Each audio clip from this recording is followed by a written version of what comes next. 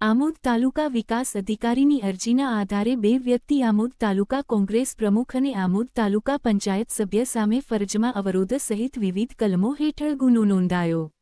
Amod police મથકે તાલુકા વિકાસ અધિકારી TDO ની ફરિયાદના આધારે બે વ્યક્તિઓ સામે સરકારી કર્મચારીને ફરજ બજાવવામાં અવરોધ ઊભો કરવો, ધમકી આપવી તેમજ સરકારી કામગીરીમાં દખલગીરી કરવા બદલ ભારતીય ન્યાય સંહિતા BNS ની વિવિધ કલમો હેઠળ ગુનો નોંધવામાં આવ્યો છે. પ્રાપ્ત વિગતો અનુસાર તા.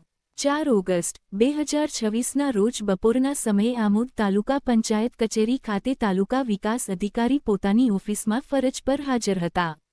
તે દરમિયાન નરેન્દ્રકુમાર ઉર્ફે કાજી ચિક્કાર રાજેન્દ્રભાઈ પટેલ તથા જીતેન્દ્રકુમાર રાજેન્દ્રભાઈ પટેલ, બંને રહેવાસી સરભાણ ગામ, તાલુકા આમોદ, કચેરીમાં પહોંચી અધિકારી સાથે ઉગ્ર બોલાચાલી કરી હતી.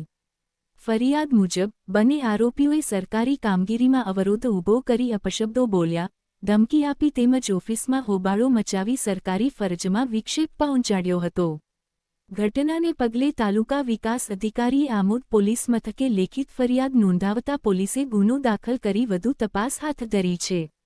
આ મામલે આમોદ પોલીસે એની કલમ 221, 224, 352 અને 351, 335 હેઠળ ગુનો નોંધી તપાસ શરૂ સભ્ય ઉપર જે એફઆઈઆર કરવામાં આવી છે તે બાબતે શું કહેશો?